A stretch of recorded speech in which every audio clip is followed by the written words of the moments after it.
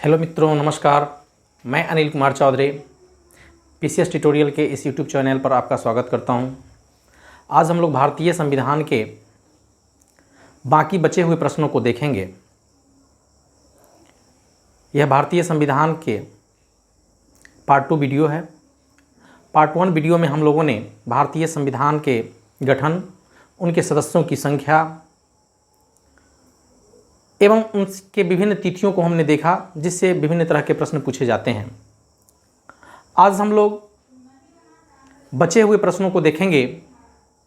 अगर आप लोग उस पार्ट 1 वीडियो को नहीं देखे हैं तो सबसे पहले आप पार्ट 1 वीडियो को देख लेंगे, जिसका लिंक हम इसके डिस्क्रिप्शन बॉक्स में डाल देंगे। तो चलिए शुरू करते हैं कि अगला जो प्रश्न बनता है वह है कि इस संविधान सभा में कुल समितियों की कितनी संख्या थी। तो इस संविधान सभा में कुल समितियों की संख्या वह 13 थी। क्या इस समिति से प्रश्न पूछे जाते हैं? तो बिल्कुल पूछे जाते हैं। इसमें 4-5 महत्वपूर्ण समितियां हैं, जिसके अध्यक्ष का नाम हमेशा पूछा जाता है, एवं सबसे महत्वपूर्ण प्रारूप समिति है, जिससे लगभग 6-7 क्वेश्चन बनते हैं, जिसको जानना बेहद जरूरी हो जाता है। सबसे पहला जो सबसे महत्वपूर्ण समिति थी उसका नाम था प्रारूप समिति, जिसके अध्यक्ष डॉक्टर भीमराव अंबेडकर थे। संविधान संचालन समिति, जिसके अध्यक्ष डॉक्टर राजेंद्र प्रसाद थे। उसी तरह संघ समिति, उसके अध्यक्ष पंडित जवाहरलाल नेहरू थे। संघ शक्ति समिति, उसके अध्यक्ष भी पंडित जवाहरलाल नेहरू थे। प्रांतीय समिति, इसके अध्यक्ष सरदार वल्लभ भाई पटेल थे।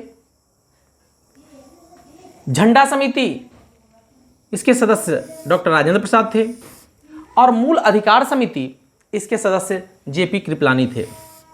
तो लगभग इन सभी समिति के अध्यक्ष का नाम हम लोग याद कर लेंगे, क्योंकि इससे भी प्रश्न पूछे जाते हैं।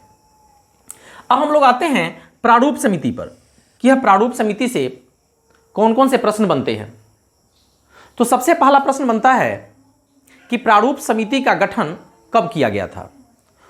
तो प्रारूप समिति का गठन 29 अगस्त 1947 ईस्वी को किया गया था। प्रारूप समिति को किसने तैयार किया था? तो इस प्रश्न में अक्सर बच्चे गलती करके आ जाते हैं, क्योंकि प्रारूप समिति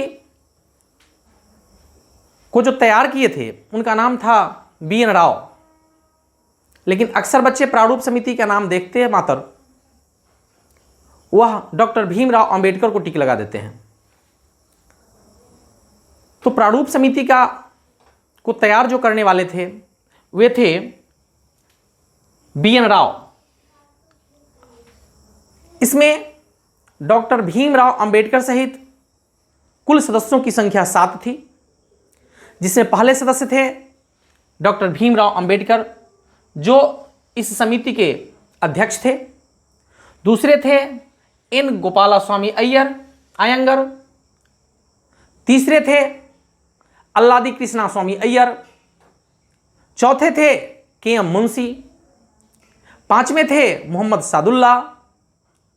छठे थे N माधवराव और सातवें थे TT कृष्णामाचारी।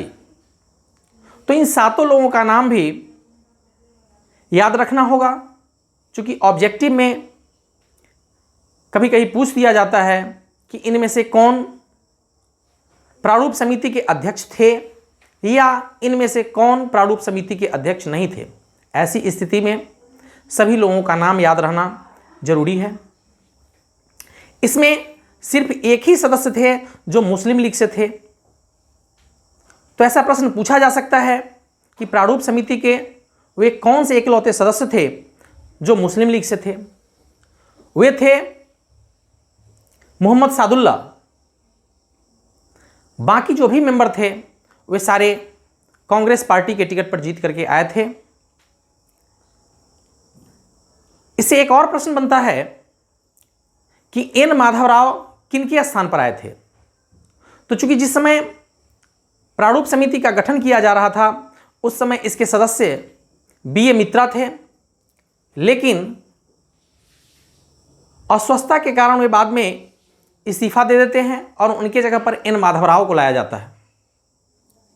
उसी तरह 1948 ईस्वी में डी.पी. खेतान की जब मृत्यु हो जाती है तो उनके जगह पर टी.टी. कृष्णाचारी को इस प्रारूप समिति का सदस्य बनाया जाता है। अब अगला जो प्रश्न बनता है वह है कि इस प्रारूप समिति का कार्य क्या था। जो यहां पर आप देखते हुइएगा कि लिखे हैं कि बी.एन. राव के द्वारा तैयार प्रारूप समिति पर विचार विमर्श करना था। एक्चुअल में प्रारूप समिति का जो कार्य था वह प्रारूप को तैयार करना नहीं था, क्योंकि प्रारूप पहले ही बी.एन. राव के द्वारा तैयार कर लिया गया था। इस समिति का कार्य सिर्फ था कि बी.एन. राव के द्वारा तैयार किए गए प्रारूप पर सिर्फ विचार विमर्श करना। तो यहां पर भी ऑब्जेक्टिव में क्वेश्चन पूछा जा सकता है कि प्रारूप समिति के कौन से कार्य थे। प्रारूप को तैयार करना, बी में दे देगा कि तैयार किए गए प्रारूप पर विचार विमर्श करना। तो यहां पर उत्तर होगा कि बी.एन. राव के द्वारा तैयार किया गया जो प्रारूप था उस पर सिर्फ विचार विमर्श करना था, यानी प्रारूप को तैयार करना नहीं था। हम बढ़ते हैं अगले प्रश्न की ओर। बी.एन. राव और डॉक्टर भीमराव अंबेडकर, ये दोनों इस संविधान सभा के काफी महत्वपूर्ण नाम है और इनसे भी संबंधित कई प्रश्न पूछे जा सकते हैं परीक्षाओं में।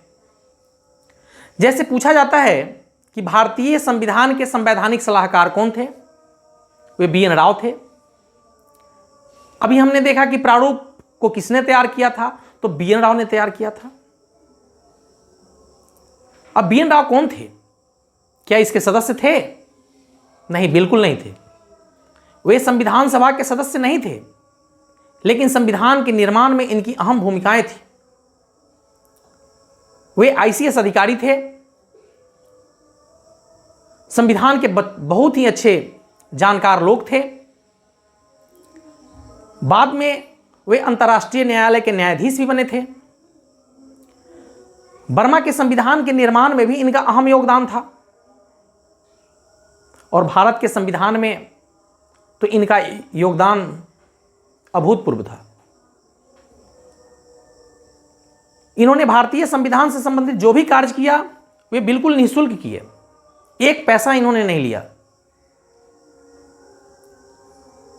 अब हम आते हैं तो इनसे संबंधित दो ही क्वेश्चन बनते हैं जो अक्सर पूछा जाता है कि भारतीय संविधान के संवैधानिक सलाहकार कौन थे, तो बी.एन. राव थे। और दूसरा क्वेश्चन पूछा जाता है कि संविधान के प्रारूप को किसने तैयार किया था, वह था बी.एन. राव। अब देखते हैं कि डॉक्टर भीमराव अंबेडकर से कौन कौन से प्रश्न बनते हैं। तो भारतीय संविधान के पिता किसे कहा जाता है, या भारतीय संविधान का जनक किसको कहा जाता है?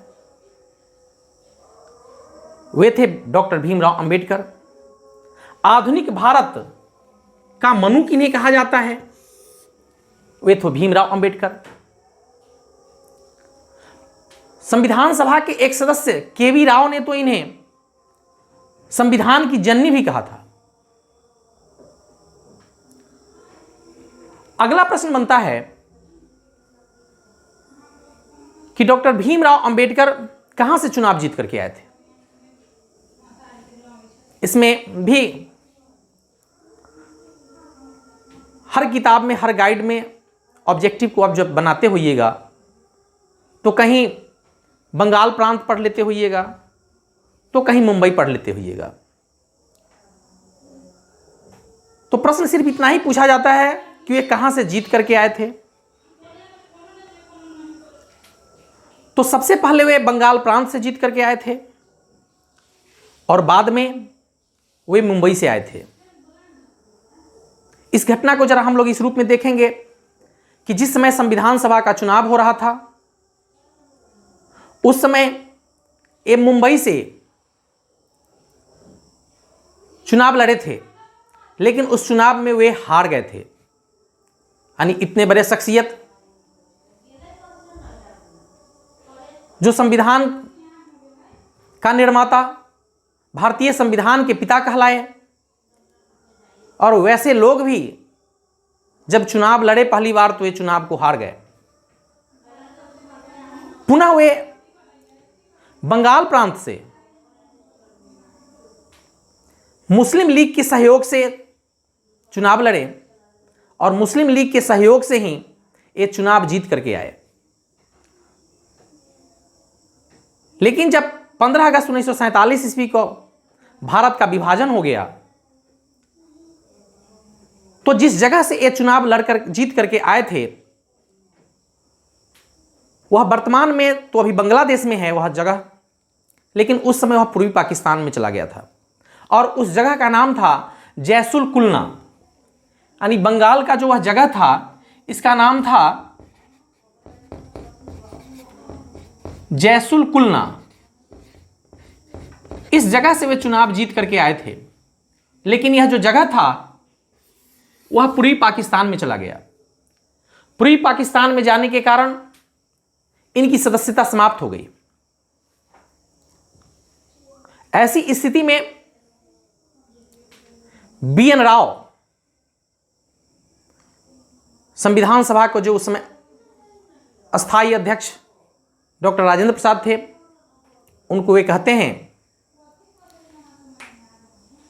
कि भारत के विभाजन के बाद डॉक्टर भीमराव अंबेडकर की सदस्यता इस संविधान सभा से चली गई, लेकिन इस संविधान के निर्माण में इनका रहना अहम जरूरत है, निहायत जरूरी है। अतः किसी जगह से भी इनको सदस्य बनवाया जाए। तब डॉक्टर राजेंद्र प्रसाद उस समय मुंबई प्रांत के प्रधानमंत्री थे BG खेर। उस समय प्रांत के जो प्रधान होते थे उसे प्रधानमंत्री कहा जाता था। तो मुंबई प्रांत के जो प्रधानमंत्री थे उनका नाम था BG खेर।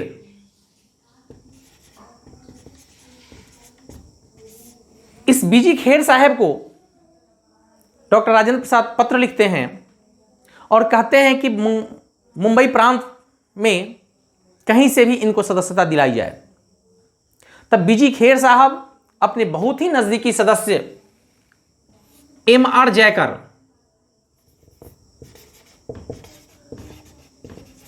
जयकर से सीट रिक्त करवाते हैं और इनके जगह पर डॉक्टर राजेंद्र प्रसाद चुनाव लड़ते हैं और वे चुनाव जीत करके आते भी हैं।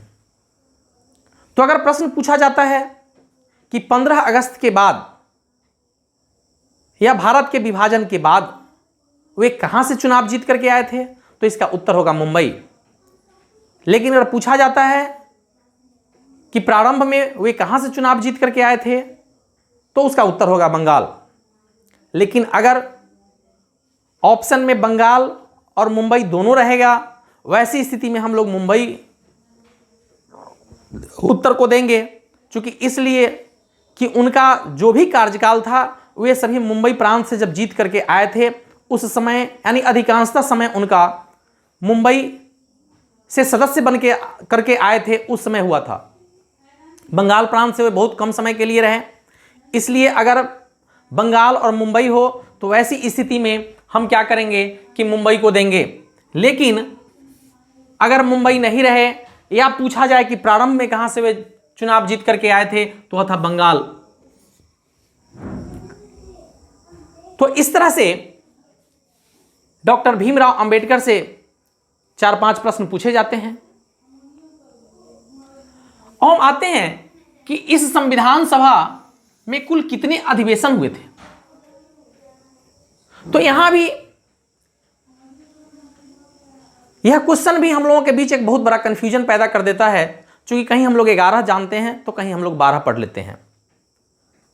तो ऐसे संविधान सभा के जो टोटल अधिवेशनों की संख्या थी वह 12 थी। चूंकि 24 जनवरी 1950 ईस्वी को जब हमारे संविधान सभा की अंतिम बैठक हुई थी, इस बैठक को भी हम लोग अधिवेशन में गिनते हैं तो इनकी संख्या 12 होती है और इससे पूर्व अधिवेशनों की संख्या 11 थी। इसीलिए इसको हमने 11 + 1 रखा है। क्योंकि अगर ऑब्जेक्टिव में कहीं 11 और 12 रहे तो ऐसी स्थिति में हम 12 लिखेंगे, अगर 12 ना हो सिर्फ 11 हो तो ऐसी स्थिति में हम लोग 11 रखेंगे, अगर 11 12 दोनों हो ऐसी स्थिति में हम लोग 12 को उत्तर लगाते हैं। तो इस तरह से हम लोग देखें कि इसके अधिवेशनों की संख्या कितनी थी और हम देखते हैं कि टोटल कितना समय लगा था इस संविधान को बनाने में। तो टोटल 2 वर्ष 11 माह और 18 दिन का समय लगा था। यह क्वेश्चन हमेशा पूछा जाता है कि भारतीय संविधान के निर्माण में टोटल समय कितने लगे थे। तो 2 वर्ष 11 माह 18 दिन लगे थे। और हम आते हैं कि हमारा संविधान तो बनकर के तैयार हो गया।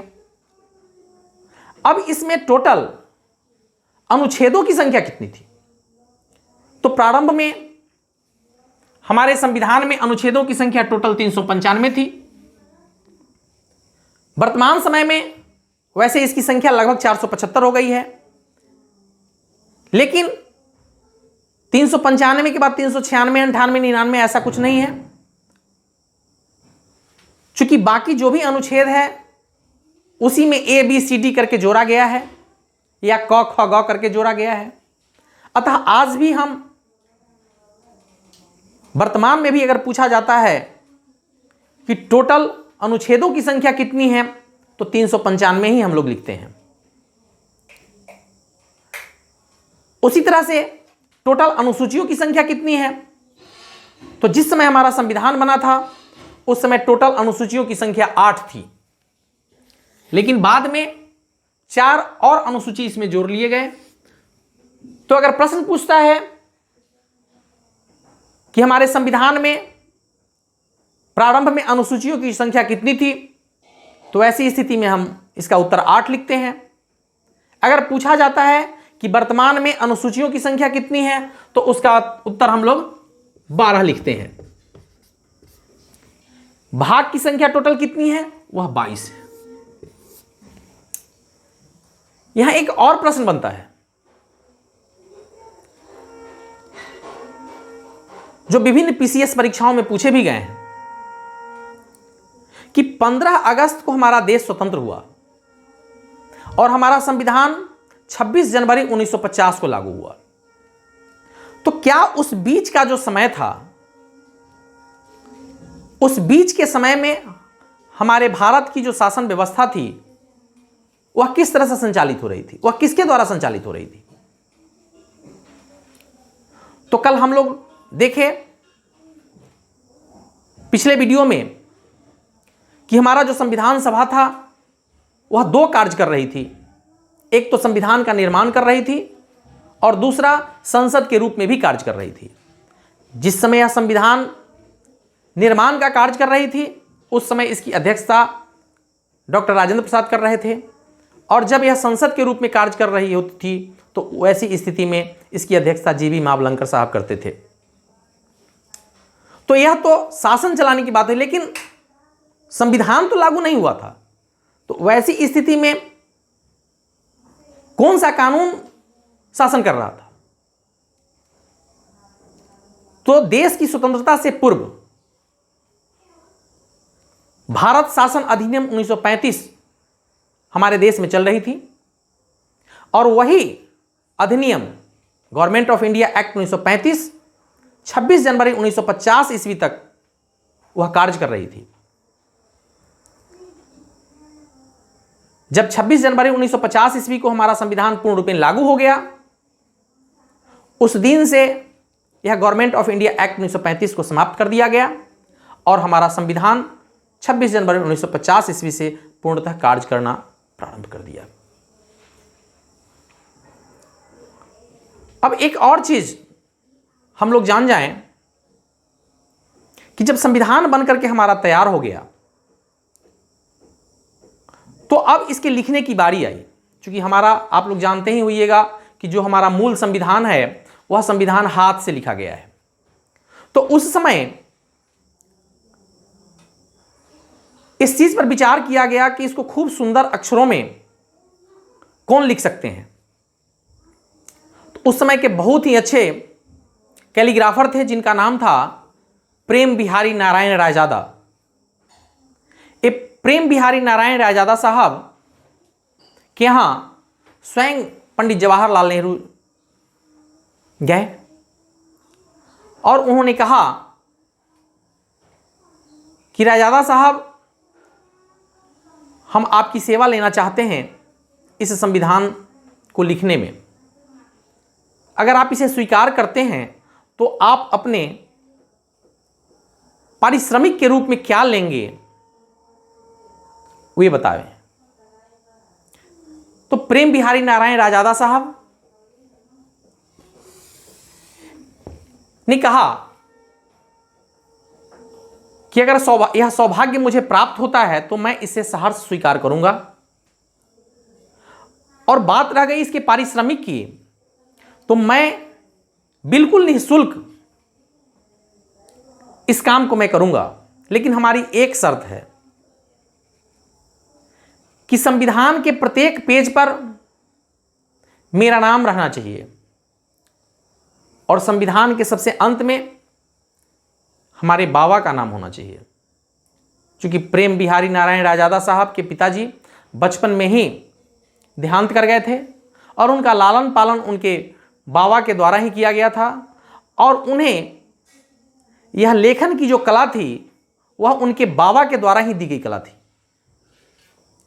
तो अपने बाबा का नाम भी उन्होंने इच्छा रखा कि अंत में लिखा होना चाहिए और इस चीज को सभी लोगों ने स्वीकार किया और आज भी हमारे मूल संविधान पर प्रत्येक पेज पर इनका नाम लिखा गया है। एक और शख्सियत थे जिनका नाम था नंदलाल बोस। संविधान के प्रत्येक पेज को बहुत ही सुंदर ढंग से इन्होंने सजाया था। जब आप मूल संविधान को देखेंगे तो संविधान के प्रत्येक पेज पर बहुत ही सुंदर ढंग से डिजाइन बनाया गया है। इस डिजाइन को बनाने का जो कार्य था वह नंदलाल बोस साहब ने किए थे। एक और प्रश्न होता है जिसको पिछले वीडियो में शायद हमने बताना भूल गए थे कि संविधान दिवस किस तिथि को मनाया जाता है। वह है 26 नवंबर। जिस दिन हमारा संविधान बन करके तैयार हुआ था उसको हम लोग संविधान दिवस के रूप में मनाते हैं। यह कब से मनाते हैं? तो डॉक्टर भीमराव अंबेडकर साहब की 125वीं वर्षगांठ के उपलक्ष्य में हम लोग 2015 से इसे मनाना शुरू किए। वैसे उससे पूर्व इसको हम लोग विधि दिवस के रूप में मनाते थे। तो इस तरह से मित्रों हम लोग भारतीय संविधान से संबंधित जितने भी प्रश्न बन रहे थे लगभग सभी प्रश्न को हम लोग देखे और इससे संबंधित जितने भी कन्फ्यूजन थे उस सारे कन्फ्यूजन को हम लोग दूर करने का काम किए हैं।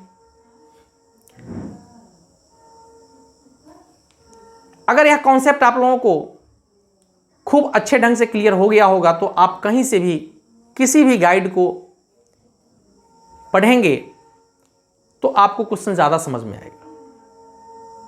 आप लुसेंट के वस्तुनिष्ठ प्रश्नों के जो सेट आते हैं, जो गाइड आते हैं, उससे बनाएं। उससे जब आप बनाइएगा तो देखिएगा कि लगभग मैक्सिमम क्वेश्चन का उत्तर आप दे पा रहे हैं। तो मैं आशा करता हूं कि आप लोगों को यह वीडियो पसंद आया होगा। फिर अगले दिन हम लोग पॉलिटिकल साइंस के ही एक नए टॉपिक को लेकर के आएंगे। उस दिन हम लोग इसकी चर्चा करेंगे। तब तक के लिए नमस्कार।